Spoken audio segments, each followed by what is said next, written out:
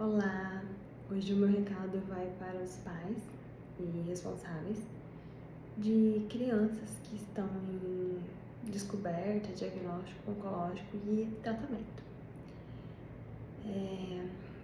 Pouco se fala, com os pais direcionando para esse assunto, que é como e o quanto envolver a criança no seu diagnóstico e no seu tratamento.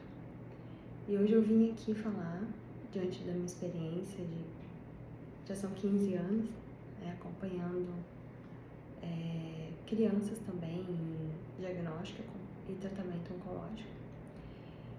E pensar um pouco o quanto é importante o envolvimento dessas crianças no seu processo de adoecimento.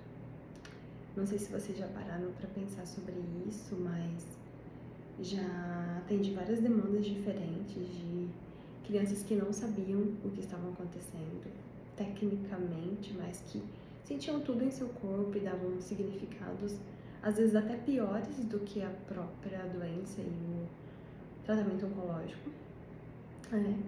E crianças que super se envolveram com o seu tratamento e conseguiam de uma forma lúdica vivenciar tanto as partes mais difíceis, como aplicações de quimioterapia, internação, até mesmo transplantes, e conseguiram sobreviver, mas mais que sobreviver, conseguiram dar um passo além disso tudo. Uma questão que eu sempre observo é como as famílias querem poupar essas crianças de saber o que está acontecendo, como se elas já não soubessem, como que elas já não sentissem no seu corpo as diferenças e a forma como esse corpo está trabalhando e se manifestando diferente, entende? Invalidando todo esse sentimento e toda essa vivência da criança. A gente não pode invalidar isso. Mesmo os pequenos, mesmo com 1 ano, mesmo com meses, eles têm uma percepção e estão construindo uma percepção sobre si, sobre o mundo, que está sendo permeada por um tratamento, por uma doença, por um diagnóstico. Os pequenos ainda, bebês, eles têm uma conexão gigante com a família e com a mãe. Eles não se sentem separados dessa mãe ainda. São meses para eles entenderem que não fazem mais parte do corpo da mãe. Então, essa conexão com a mãe vai além do físico, ela é uma conexão emocional, é uma conexão afetiva. A mãe sente, a criança percebe, Então, por que não conversar com essa criança, esse bebê, sobre isso? Óbvio, termos técnicos eles não vão entender, Mas conversar de uma forma simplista e educativa. O que também não é dizer, como eu já ouvi algumas vezes, tem os soldadinhos que estão doentes de uma leucemia. A criança realmente fantasia que tem soldados dentro do seu corpo, que eles estão... Isso faz a criança pirar mais ainda. Vamos dar nome certo para as coisas certas. Temos partes do nosso corpo que são doentes. Porque não vai adiantar falar de linfócitos, hematócitos, sei lá, Nem a gente entende direito, que dirá eles. Mas o que são isso? São partes do nosso corpo, partes do nosso sanguíneo. E demonstrar para elas terem apropriação desse processo que estão vivendo. Outra situação que eu sempre vejo, nossa, tá doentinho, então monte de presente.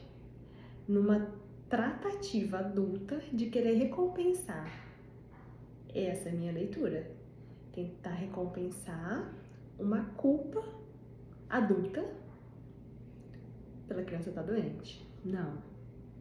Vamos nos eximir dessas culpas e não é essa a questão. É um abismo tentar suprir isso com bens materiais e presentes. Até porque a criança começa a associar que, cada internação, cada quimioterapia eu tenho um presente e eu quero um presente. E ela vai querer. E nem sempre vai ser possível. E quimioterapia não é para ganhar presente. É para fazer parte do processo de uma cura, O propósito é outro.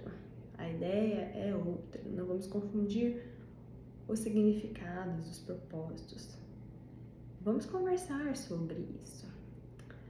Recentemente, eu conheci uma ONG, bom, nem tão recente assim, deve fazer 7 anos, chama Beabá, maravilhosa, da Simone. A Simone passou por um processo de câncer, ela já era voluntária no hospital infantil, oncológico infantil, e ela desenvolveu essa ONG. Eles têm material fantástico. Tem o site deles, eu vou colocar o link aqui depois, e tem um manual. O manual é maravilhoso, o manual do Beabá. Nesse manual eles explicam, página por página, o Beabá da quimioterapia e da hospitalização.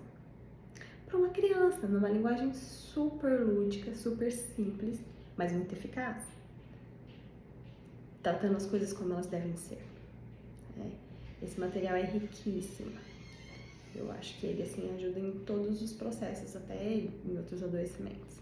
Até pra gente adulto que não entende tanta coisa. É um material que só complementa. Eu vou deixar ele aqui também depois no final, para vocês darem uma olhadinha. A forma lúdica é a forma que a gente se conecta com a criança. A criança, ela tem essa linguagem, a linguagem da brincadeira, da fantasia, da criatividade. Então é dessa forma que a gente vai contar ela, é dessa forma que a gente vai se apresentar a ela. E é dessa forma que os atendimentos psicológicos acontecem com as crianças. Da forma lúdica. Certa vez eu acompanhei um paciente de quimioterapia, poxa, acho que ele tinha 4 anos.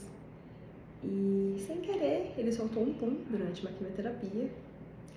E ele começou a chamar a quimioterapia de quimioterapum.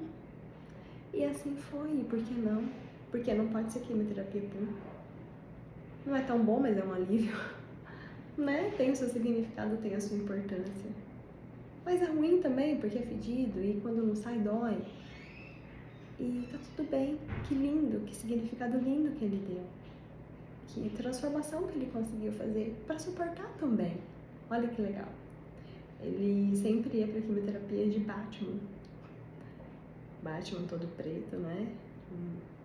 Símbolo do luto também. Quem disse que ele não estava em luto? Luto por tantas coisas que ele já não podia fazer, não podia ir pra escola, não podia brincar, não podia isso, não podia aquilo. Tinha que estar ali. É um luto também. Olha que lindo, a criança simbolizando e trazendo isso. Vamos dar espaço para essas crianças poderem se manifestar.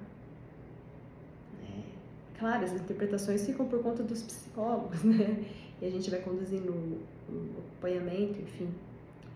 Mas que os pais não se percam em querer poupar e acabar dando mais espaço para fantasia ruim e de uma forma que não é construtiva na vida dessas crianças.